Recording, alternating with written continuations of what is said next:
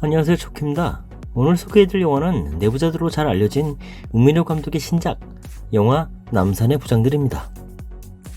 2012년 발간된 김충식 작가의 동명의 논픽션 소설을 원작으로 한 이 영화는 1979년 대한민국 근현대사의 물줄기를 크게 바꾼 11.6 사건 전 40일간의 이야기를 담고 있습니다.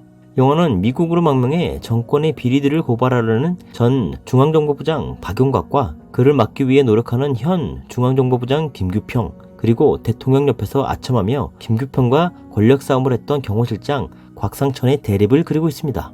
이를 통해 영화는 18년간 지속된 독재 정권의 절대 권력자 박정희 주변에서 그에게 충성 경쟁을 하며 파멸해간 세 사람의 실화를 담고 있습니다. 영화 내부자들 이후 또다시 우민우 감독과 만나게 된 배우 이병헌은 영화의 주인공이자 실존인물 김재규를 모델로 하고 있는 중앙정보부장 김규평 역을 맡고 있습니다.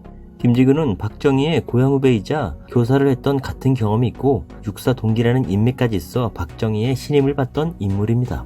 이에 1976년 중앙정보부장 자리까지 올라 최고의 권력을 쟁취하게 됩니다. 그러나 1979년 부마 항쟁이 격화되면서 이를 무력 진압하려는 차지철과 대립하다 결국 박정희 대통령과 차지철을 살해하는 11.6 사건을 일으키게 됩니다.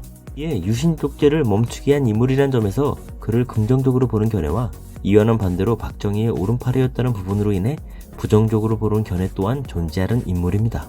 그리고 영화 범죄와의 전쟁과 변호인을 통해 잘 알려진 연기파 배우 곽도원은 전 중앙정보부장 김영욱을 모델로 하고 있는 박용광 역을 맡고 있습니다.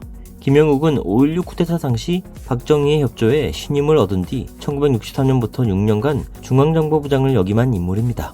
이때 그는 동백잎 사건과 같은 간첩 조작 사건을 만들고 유신이 기초가 된 삼성 개헌을 위해 노력하는 등 박정희의 충복으로 막강한 권력을 손에 쥐게 됩니다.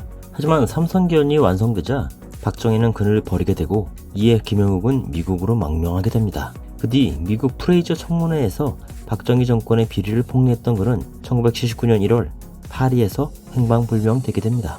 마지막으로 드라마 넝쿨째 굴러온 당신을 통해 대중에게 알려진 배우 이희준은 실존인물 차지철을 모델로 하고 있는 경호실장 곽상천 역을 맡고 있습니다. 5.16 쿠데타 당시 박정희를 도와 적극 참여했던 차지철은 1974년 유경수 여사 저격 사건 때 경호실장의 자리에 오르게 됩니다.